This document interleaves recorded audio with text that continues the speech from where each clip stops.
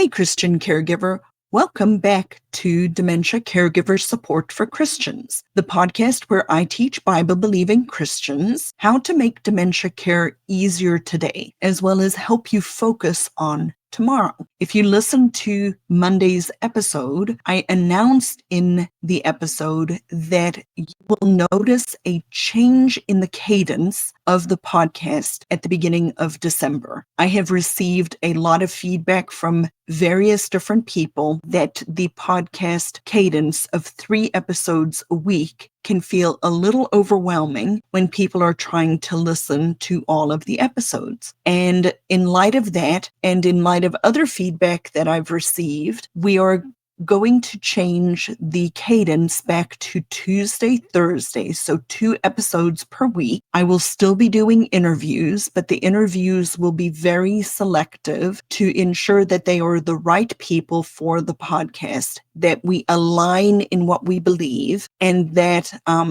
they will truly be bringing you as the audience value to the podcast when I have people as an interviewee on this particular podcast. We will be doing 2 episodes. The Tuesday episode will be a little bit more similar to the typical episodes that I do. Some caregiver tips, strategies, questions and answers, some faith-based type episodes, just a lot of the normal content that you are used to. And our Friday episodes are going to be more mentoring, coaching style episodes, where I have the privilege of bringing on people who are just like you, who might be struggling with similar things that you are struggling with, do live dementia caregiver support in action. So that's going to be the change effective next week. But in light of where we actually talk about solutions, where we always love to do a Thanksgiving episode. So today's episode,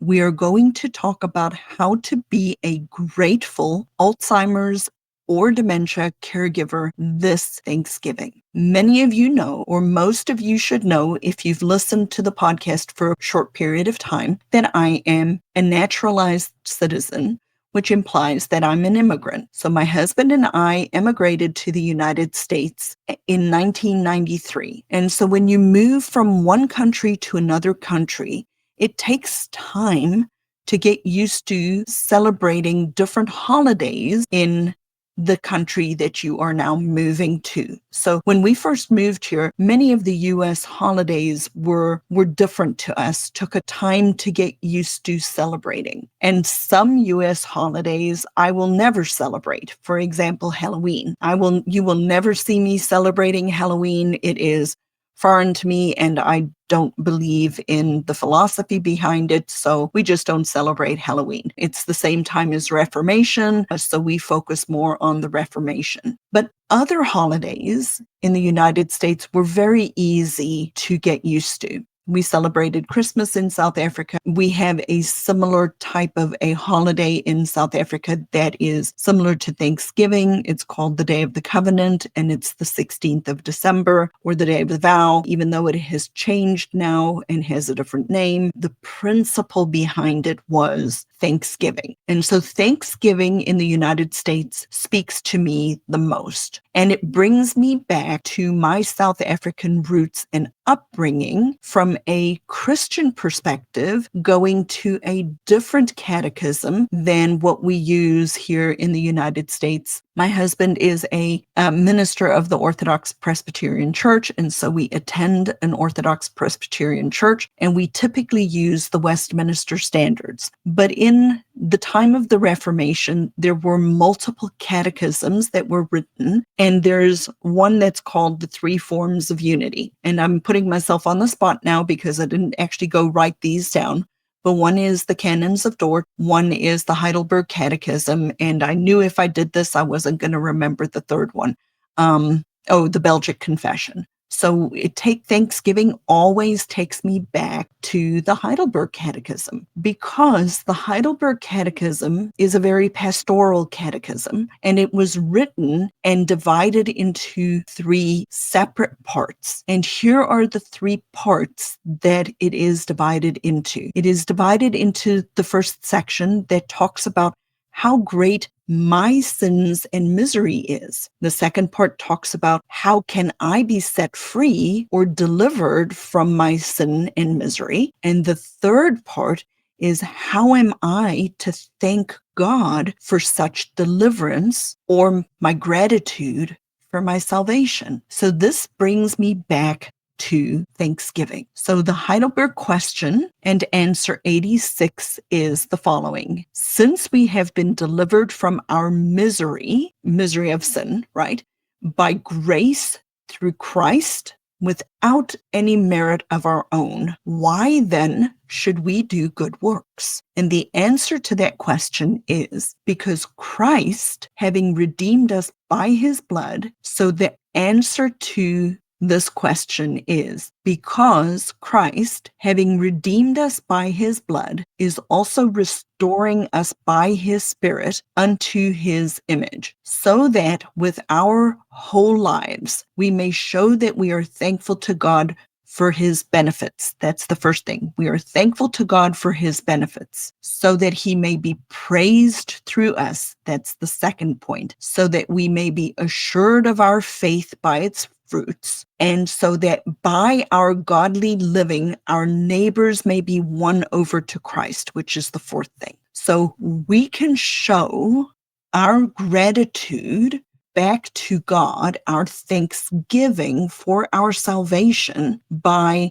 being thankful for his benefits, praising his name, having fruits of the Spirit in our godly living, so that our neighbors may be won over to Christ. So in light of that, I am grateful to help people who are struggling or living with Alzheimer's or dementia as a caregiver, because by the way that we are a caregiver, by the way that we respond to God's hard providences in our life, how we respond to our sanctification process through being a caregiver, we can win over a watching world for Christ, because I know many of you guys do not necessarily know this or have seen this, but there is a tremendous difference in how a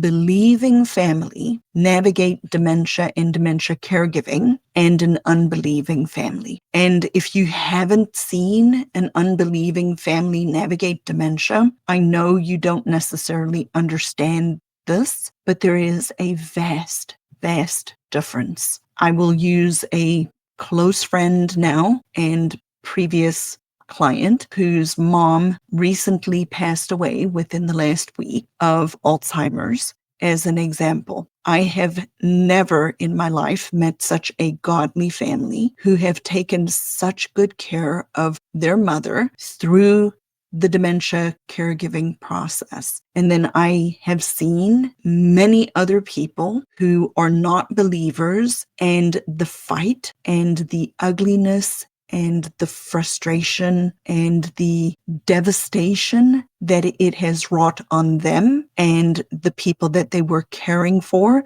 because of their unbelief. And so today, this day before Thanksgiving, I am grateful to the Lord that he has placed in my heart this desire to serve Christian caregivers of people living with dementia in a different way, in a kingdom-focused way, in a God-honoring way, in a Christ-honoring focus. And so if these episodes resonate with you, I'm inviting you to hop on my calendar. Let us talk. I do a 20-minute strategy call with people, and we will see if you are ready to move forward and have a deeper relationship and more support. I can help you. If you're not ready for that, I will continue to be here and serve you in this capacity. I'm excited that the podcast is slowly growing. My ask this Thanksgiving is that you share these episodes with somebody.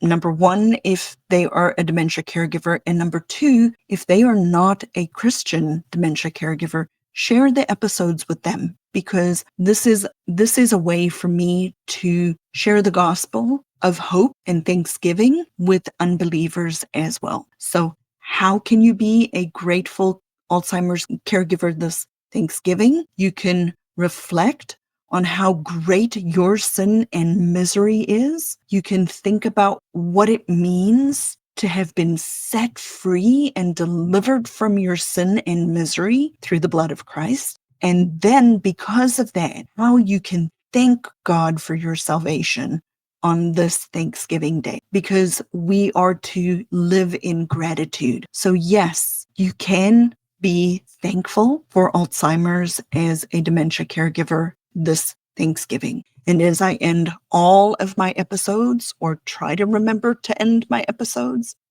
may the Lord bless you and keep you, and truly, truly, truly make memories tomorrow. Enjoy your day. Keep things shorter, sweeter. Don't stress over things. Just be in the moment. And I will see you in our next episode.